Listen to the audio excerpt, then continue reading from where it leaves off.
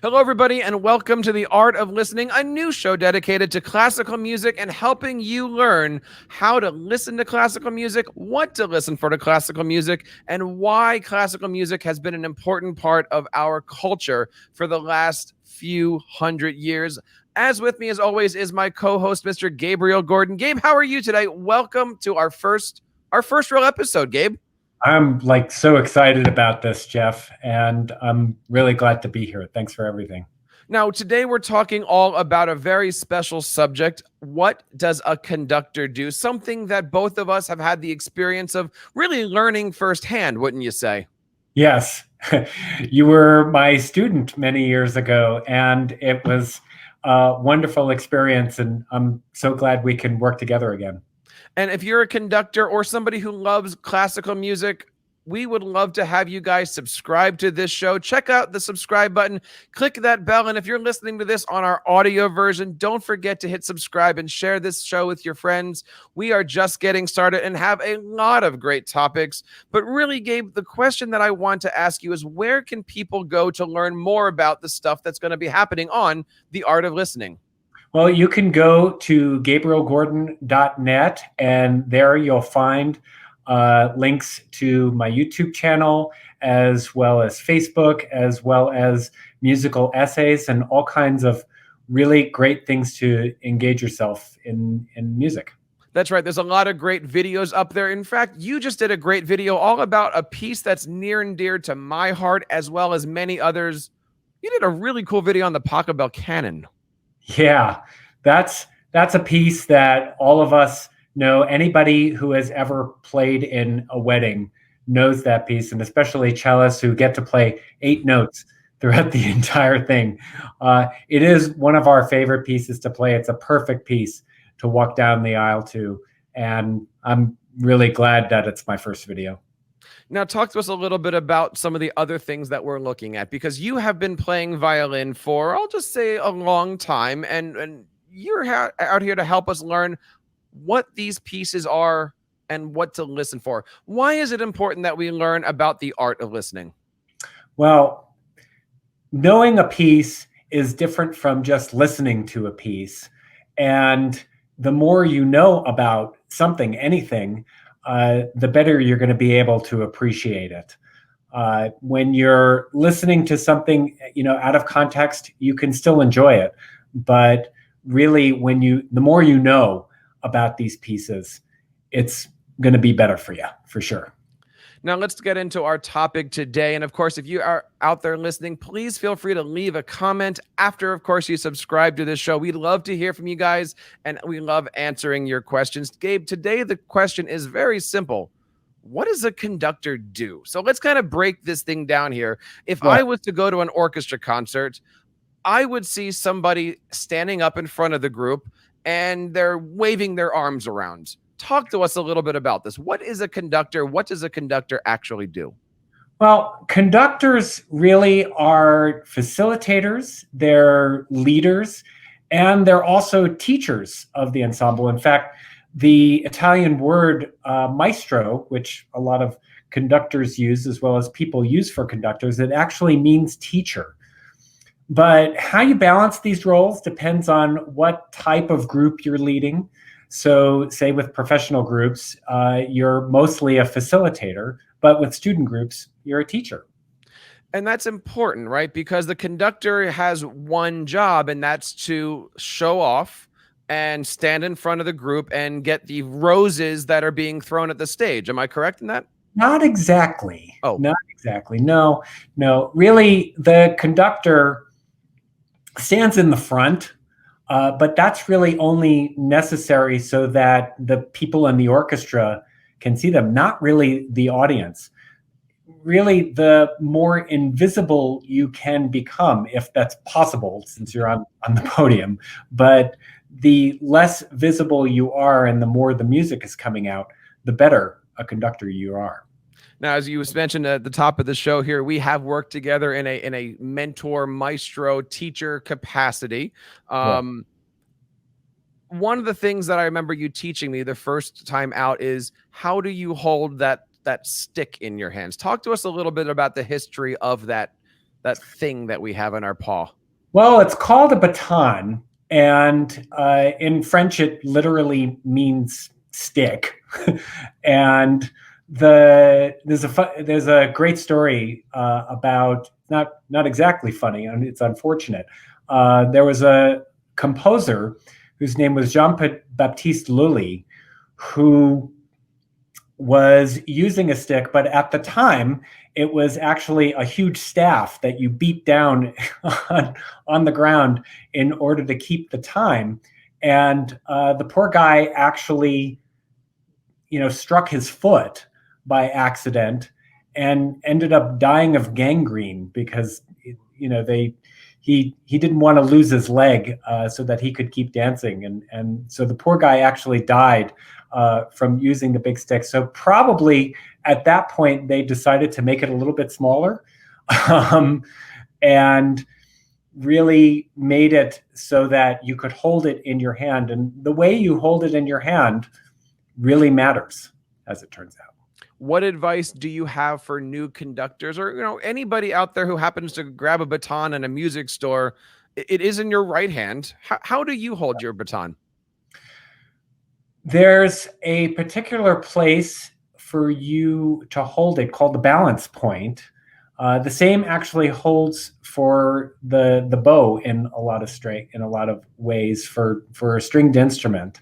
But if you hold it at the balance point, then the baton itself becomes weightless in a sense, and then therefore becomes an extension of your arm, and you have much more control over it. I remember my first time conducting. The orchestra was set, the violinist stands up and tunes, and then you have to do that thing that every conductor fears doing. And I want to ask you about your perspective on this, but every conductor has to do the same exact thing first, which is walk out on stage. Yeah. And I know every time I did it, I always kept saying, all right, shake their hand, then bow, then there's a process, there's a procedure on here. Right. I know my answer to this. What goes through your mind before you go out on stage? Well, actually it depends. My main focus is on the music that I'm about to conduct. And in some cases, there's actually a purpose to the walking out. I once talked to a conductor named Eric Leinsdorf, a great conductor, who walked out and turned to the basses and the cellos for a symphony by Shostakovich, the 10th Symphony. And the cellos and the basses play perfectly together. And I asked him, how did you do that? That was just amazing. And he said, it's very simple. I walked out to the tempo that they were supposed to do, so they knew already before I was going out. So there are all kinds of different ways and different things that you think about. But mainly, it's activating the orchestra. That's actually something that you kind of can't teach. And when I remember actually our first lesson, I looked for it in you, and I said to myself, okay, he's going to be able to do this. And from there we were able to go pretty far. Jeff, you're a fine conductor. Now first of all, thank you. When we're looking at the whole aspect here, right? You had mentioned Lily and beating the stick up and down, and that's a very, very famous story. Yeah. When I look at the conducting position, I look at it as you're the only one standing up on stage, you're facing the wrong direction, and you don't happen to have an instrument in your hand. Right. Are conductors needed on stage? Sometimes. From the point of view of the other people, of course, not from the conductor, right? Right. Yeah. Conductors always want the gig, so yeah, they're always needed. But from the point of view of the players, and again, it depends on the players. So if you're talking about a professional ensemble like the New York Philharmonic, the answer I think would be hardly needed. Most of the time, the New York Philharmonic can play a lot of these pieces with their eyes closed. But somebody does need to get things started. There are occasional pauses that occur, as well as held notes. There are just certain things that a conductor is needed for. When you're talking about a youth symphony, kids who are just learning how to do this, the conductor is needed more. It just kind of depends. Now we have that moment where the conductor has to start this piece, right? This is the all important part. Everybody in the audience is ready to go. The orchestra's ready to go. The instruments come up. Talk to us a little bit about music. We're gonna hit these a lot of these conversations here, but should a conductor have music in front of them? Does a conductor have music in front of them? Where does the music come from? You and I have had this conversation of be the music. Look, I remember very clearly, you're not looking like a D major chord. I was ready to take your head off at that time. I know. Talk to us a little bit about a little bit here, but I want to go into a little bit about my score preparation, but preparing a score, looking at music. If you're going to be called Maestro, you got to teach what that music is. What is actually this process? Take us through very briefly of what a conductor actually does to be able to do what they're doing. Well, the main thing, as you've already intimated, really is score study and knowing what is in the score, what are behind the notes in the score, what the composer meant behind the notes in the score, as well as how to translate all of this and really project what it all means in your body as you're conducting. We have a saying in rehearsals, really, the less you speak, the better. The more you can communicate through what you're saying in your motions, the better it will be for the players in front of you. And so the vast amount of work that conductors do is in your room or very often on an airplane, studying the score and making sure you know what every single note means and how to project that to the orchestra. So are you saying that a conductor just listens to the recording over and over again and then waves their arms in front of people? No, as a matter of fact, the less you listen to a recording, the better. You really have to hear each and every single note individually in your head before you can get up in front of people. If you're conducting to a recording, you're not really conducting, you're reacting. You're doing something else if you're conducting to a recording. And then you get up in front of people and you communicate what your ideas of the score are to these people rather than somebody else's idea, which is what you'd be doing if you were listening to a recording. So really you're the conduit of something to somebody else, right? That's exactly the right word. It's you are literally conducting energy in that sense. I had this conversation with a student of mine, and I said, look, I'm going to do this podcast on conducting. What do you think a conductor does? And the student said, well, he tells the orchestra how to play. And for a student, that's a great definition. But I would assume that you've got a different version of that answer. It's not really telling the orchestra how to play, isn't it? No, not really. I mean, all the players in the orchestra have their individual parts in front of them. But the conductor has all the parts on one page in his music. So if it's a string orchestra, then there are 5 parts. If it's a full symphony with double chorus and offstage brass, then he has all of those parts. It could be as many as 30 lines of music on one page. And so really it's much more about coordination than anything else and facilitation. The conductor doesn't tell people what to do, and really is more like a silent partner in the process. The conductor's in charge, yes, because somebody has to make decisions in the room. Mhm. There are orchestras that don't use a conductor, like the Orpheus Chamber Orchestra, for instance, and they can do a full Beethoven symphony just by themselves without a conductor. What a lot of people don't realize is that it takes them much, much longer to put things together because they're making group decisions. It's a lot harder to do that. If you have one person in the room who is listening and encouraging and understanding what people are trying to do and is coordinating things, it's a lot easier and it takes a lot less time. So if an orchestra was a football team, would the conductor be the quarterback, the coach, or the general manager? Definitely the coach. The coach. It's funny because I used to watch. You could talk about football.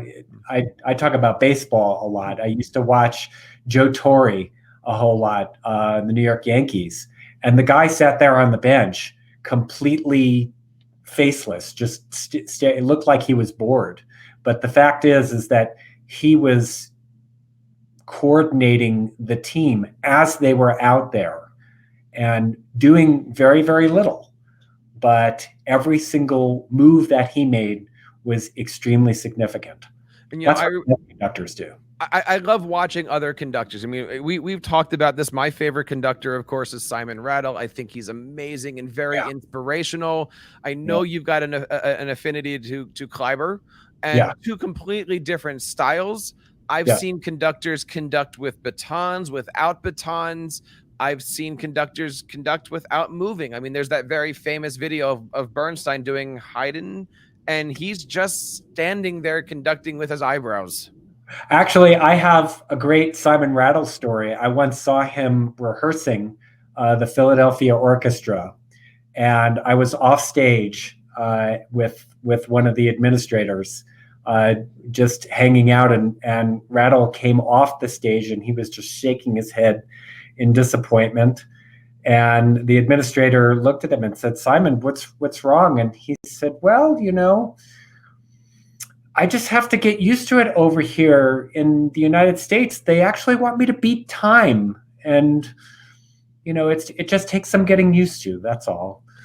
And if you're not beating time, what are you doing? Well, you are describing what's in the score. And the Philadelphia Orchestra, I agree with Simon. I don't think the Philadelphia Orchestra necessarily needs somebody to beat time. I mean, it depends on the piece. I once saw another great conductor, Yuri Temirkanov, go up to a dress rehearsal and tell the Philadelphia Orchestra that, he knows Tchaikovsky's Fifth Symphony, and they're the Philadelphia Orchestra. They know the Tchaikovsky's Fifth Symphony. So see it tonight. We're not even going to rehearse. And boy, was that concert on the edge of your seat. They were nervous about it, but they did it. They also don't need necessarily anybody to beat time for them. But here it's true in the United States, they have more of an affinity to knowing exactly when things are on the downbeat and where other things need to be. So we've gone through a lot of what we would call vocabulary terms, right? Downbeats and beating time and all these different things. Let's just kind of break this down here as we kind of wrap up our first episode. When we're looking at a conductor, left hand, right hand, right? Baton goes in right hand. That is the beat time thing, right? Right. Left hand is mostly used for dynamics and when to get louder and softer and expressiveness, as well as other things. Both hands can also switch functions quite a bit.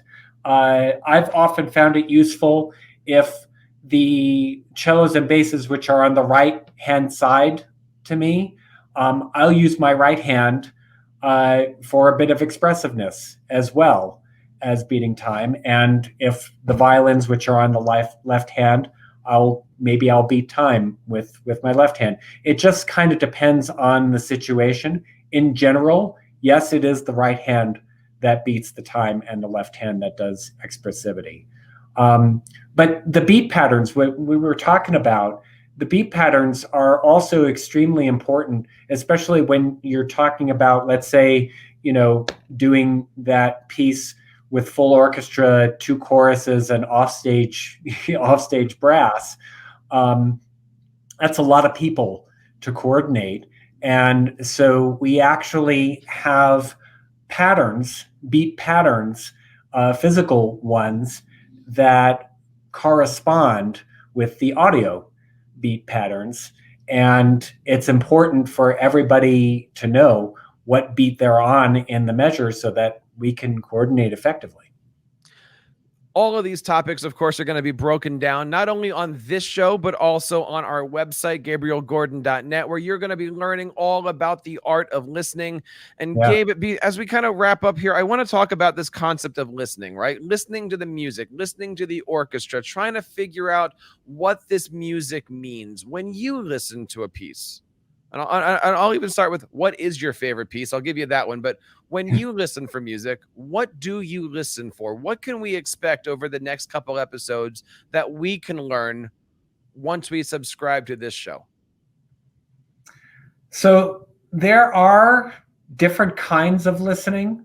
In answer to your question, my favorite piece is whatever piece that I'm working on, really. And in terms of listening, really, when you're in the ensemble, you have to have a certain kind of listening. It's not just hearing. You can hear a piece, but if you're truly listening to it, then that just brings you to a different level of expertise as well as enjoyment. So if you're the player and you're listening to all the parts together, you are better able to react and anticipate at the same time to what is happening, and what is about to happen. And really, it's an act of compassion. We can all learn how to listen better in terms of music and in terms of each other. And when I'm listening to a piece of music, especially if I know the score, I can hear all the tiny little details that go into it. That increases my enjoyment. One of my main goals with this channel is to also give you more information so that the more you know, the more you can enjoy this music. And that is a great place to end our first episode today. Of course, more information can be found over at GabrielGordon.net. And of course, if you're listening to this and watching it on YouTube, hit that subscribe button, click on that bell. We've got a lot of great content for you guys. And by the way, don't forget, we're going to leave the link below. Check out that video on Pachelbel's canon. We'll also put it up here in the card up on top. You got to check that out. Before I go with you, tell us a little bit about that video. It is awesome. You're doing canon by yourself, but I know a canon is like multiple people that has to. Tell us a little bit about this video here. So when you think about a canon, just think about row, row, row your boat. That's a typical canon where people come in and sing the same thing over and over again. This is a great piece, and I think it's well deserved for its incredible popularity. And I was able to both audio and video to re-record myself over and over, and through the magic of editing, place myself in 4 different spots so that I'm actually performing the canon by myself. It was a lot of fun to put together, and especially my kids love seeing a whole bunch of daddy on the screen. It's awesome. Well, we're looking forward to seeing a lot more content coming out of here on The Art of Listening. On behalf of Gabriel Gordon, my name is Jeff Bradbury. Thank you guys so much for checking this out. Don't forget to hit that subscribe button, and we will see you next week on The Art of Listening.